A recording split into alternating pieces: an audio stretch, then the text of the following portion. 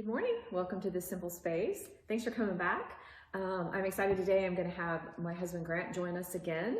He joined us a few weeks ago, and as I was talking about dreams for the last couple weeks, I just thought I got to have him back because he is one of the most amazing dreamers that I know, and I'm so thankful for that, and he's taught me so much, and I thought there's so much he can add to the practical side of what is a dream exactly. And you know, a dream doesn't do us a lot of good unless we actually are able to export that, right? We can explore it, we can expand it in our own heart, but until we actually export it. And so what does that look like? What is a dream and what isn't a dream? And so I want to have Grant join us now and kind of walk through what this looks like. Hello. Howdy. How are you? It's kind of hard to squeeze into this little space. It is. It's not real. You can't be real graceful Not when real you're graceful, doing this. not even close. Yeah, and you're way more graceful than me. Well, I didn't fall down. That's true, yeah. So how are you today? Good. Just, been helping the kids and do stuff around the house. So a little sore, but outside of that, doing you're good. amazing. You're such a great helper. You are such a great helper. And I am so thankful because you have just, it's taken me a long time to become a dreamer, hasn't it? Absolutely. I'm not naturally a person that really was ever in an environment, and there's nothing wrong with that. I think a lot of people, this is what we're here for.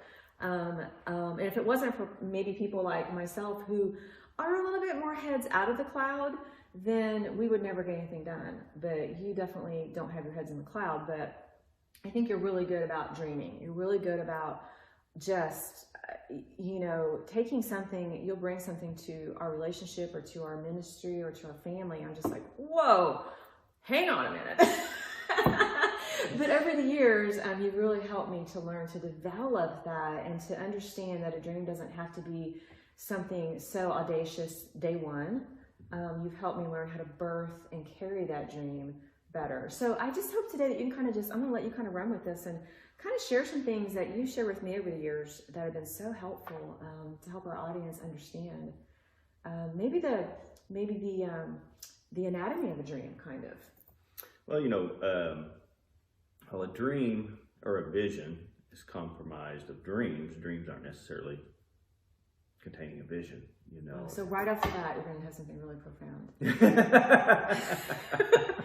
So explain to people that there's visions and dreams. Well, the Bible even talks about, your old men will dream dreams and your young men will have visions. Mm-hmm. And one reason for that is visions are dreams in action.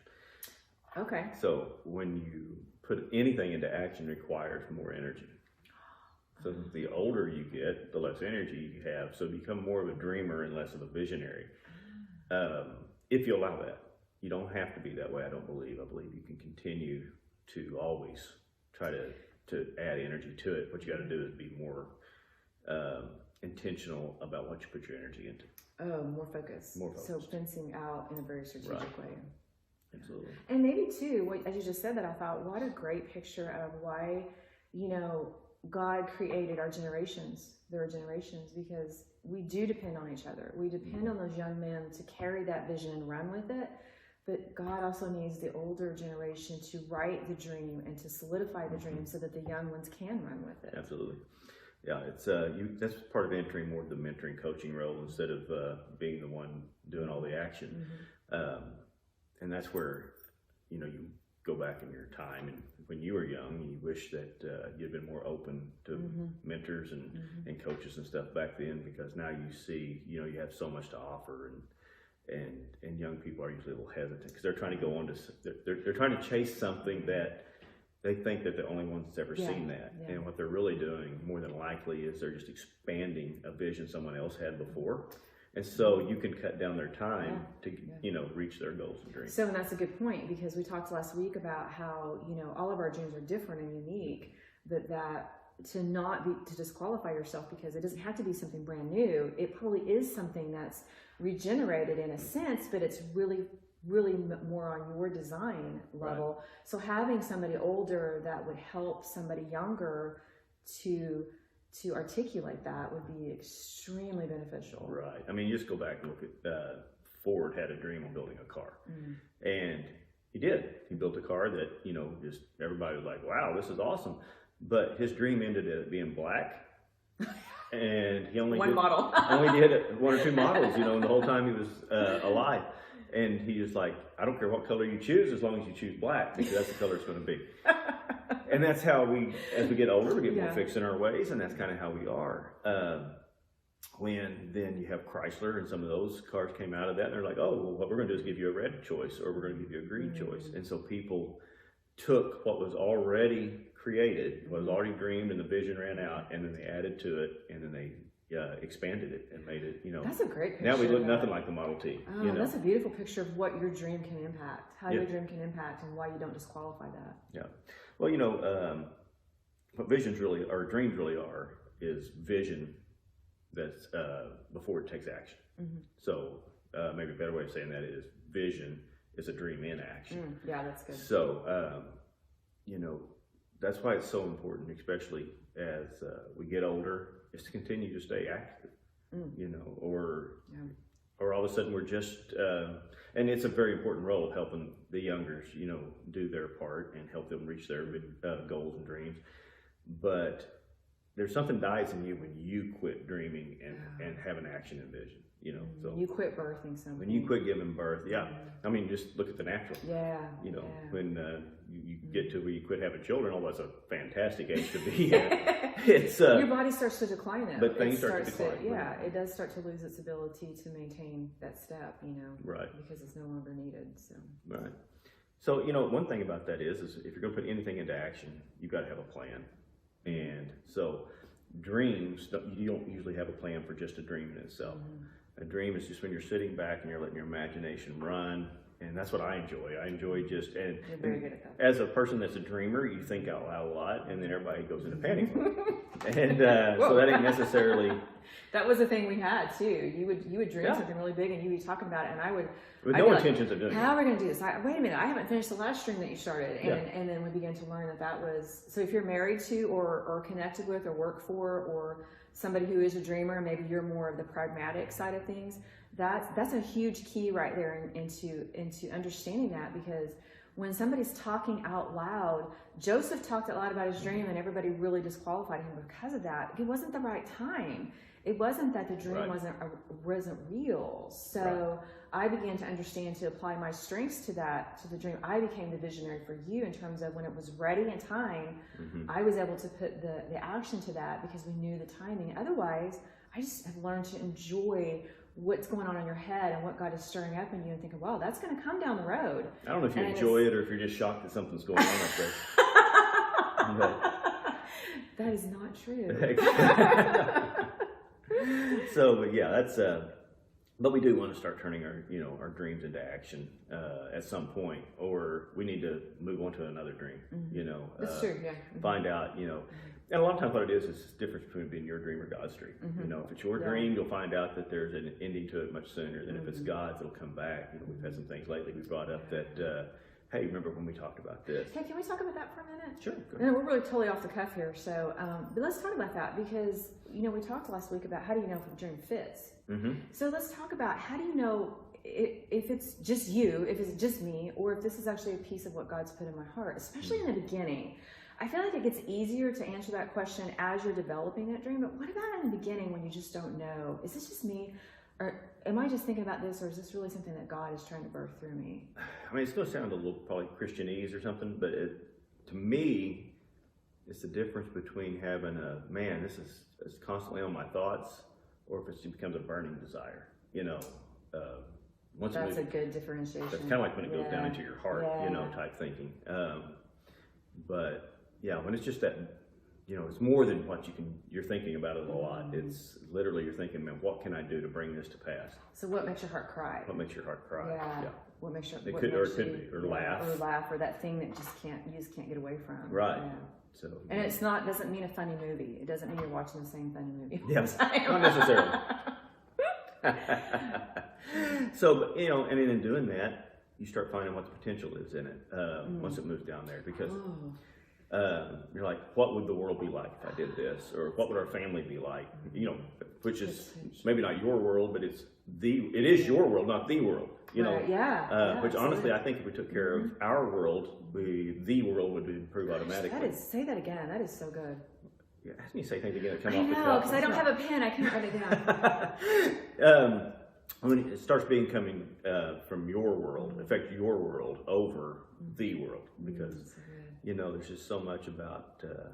You don't have a lot of control in the world. You got a lot of control in yours. We see a lot of bad things in the world, and we tend to get really, really weighed down with that. When the reality is, what can we do in our own family, to a smaller scale, or our own community? I mean, look at Martin Luther King. He said, "I have a dream." Basically, not only would people be judged by the content of their character, not the color of their skin, but he could see little black kids playing with little white kids. Okay, that's something he actually has some control of. He can befriend a white person and allow their children to start playing together through each other knowing each other. So, anytime that you have a dream, affect your world first. Yeah, that's so good. In fact, if you're not affecting your world first, you probably have no right to try to affect the world. And you shouldn't be scared. I said that twice now. That's a good word. Be scared. It shouldn't be too intimidating to affect your own world. And I think that's where, for me personally, a lot of times the dreams would be scary because I was thinking it was going to be outside of my world. And when the reality was, I can do this for my own family. I remember years ago, we were actually at me and another guy was at a lumber distributor. Yeah. And it was during the election time, and one side over the other, and I don't know what we're going to do if this happens. And the guy finally said, I don't know who will win tonight, but tomorrow it's my job to sell lumber. And I thought, wow, how awesome is that? That's good. Well, if that's true in the lumber business, I don't care who wins this election. All I know for sure is the next day it's my job to lead my family, to provide for my family no matter what it takes. Yeah, it might be easier if one or the other wins. Yeah, depending on your situation. But all I know for sure is it's my job to move forward. And that's part of having a dream, because you're going to see something beyond what you can look at. Yeah, you've got something you're seeing and here that isn't something that you're just looking at out here. And I was listening to you your last week, and one thing that came to me was God creates the dream, but man puts it into action. And, we can sit around with God's dream burning inside of us until we're old enough that it no longer burns, till the flame goes out, or we can start doing something. One of the things is a guy named Paul Martinelli always says, we got to learn to jump and learn to fly on the way down. Yeah. And that's tough for almost everybody, but sure enough, if you're not a dreamer. But you know what? I hear you say that, and I always think, jump from like a 1,000-foot building, but what if it's just jumping off the chair? Jumping doesn't have to necessarily be, life-threatening. And I think a lot of times when I think dreaming, I will think a life-threatening man. And I always love what our Pastor Willie George always said. And anytime you make a decision, and anytime you're looking at a dream, ask yourself that question. Well, what's the worst thing that can happen here? The worst thing that can happen is I spend $100 and I don't use that piece of equipment that I thought was part of my dream. Right. I mean, we spend a lot of $100 bills, and we still do, because it's like, okay, the worst thing that happens is we record a video and nobody watches it. Right. Okay, but that's a step. That's a step. And we step out and we do it, and we learn how to fly on the way down. So that's just a picture of what that could look like. Right. Another thing you talked about, if you're at step 1 and step 10 seems unattainable, still take step 1. Yeah. And at step 1, this goes into something John Maxwell says, always walk to the end of the light you have. Oh, yes, that's so good. And when you get to the end of that light, what do you know? That light's shining on something else. Yeah. It shines around a new corner. So then you can know to take the next turn, but you're not going to, what good does knowing the full path serve if you're not even willing to take the first step or walk to the end of the light first? And I think a lot of, we could talk about this forever, couldn't we? I think one of the things we've discovered lately is, the dream is not only important because it's something God's placed in you to impact humanity, but it also impacts you. I think about Joseph. As a 17-year-old boy, he was so arrogant with that dream. But had he not stayed with God and continued to walk those steps out in the prison, in Potiphar's house as a slave, he would have not been the person. Can you imagine what an amazing man he was at 33 years old? Oh, wow. And that's what that's what the dream does for us. Right. It actually creates more in us than what we had to begin with. And I think that's the importance of activating that dream is God doesn't, yes, he wants impact, But he loves each of us so much that he's more concerned about, not concerned, he doesn't have concern. He's more tied into what happens in me than what happens to me. Because he can get me through anything. Right. It's like, I want you to grow in this. And so remember, God's always with you in these dreams when you put them into action. Yep, and that's pretty much what I have as far as it, without getting into complete another rabbit trail. That would go. Yeah, we should do one called Rabbit Trails. Rabbit Trails, maybe that's what we should do. Well, thank you for joining us today. I hope you guys enjoyed that. This is our life. We're authentic in this. This is some of the things that we're going through right now ourselves, and some of the things that God's fleshing out in our life. So hopefully, as it's fresh in us, as we're stumbling at times, hopefully that helps you guys to see that, gosh, God doesn't ask for perfection. He asks for obedience. And obedience to him is fun and it's easy because he's already got the plan.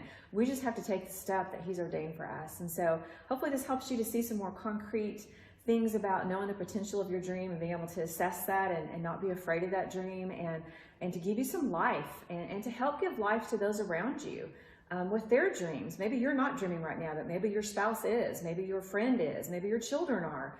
Walk out that process with them. Take what you're hearing today and begin to step into that with them. And I can promise you that you're going to be inspired and empowered, and God's going to begin to reveal opportunities for dreaming in your own life. So thanks for joining us this week, and we look forward to seeing you again. Don't forget to subscribe. I may have already said that, but I'm saying it again.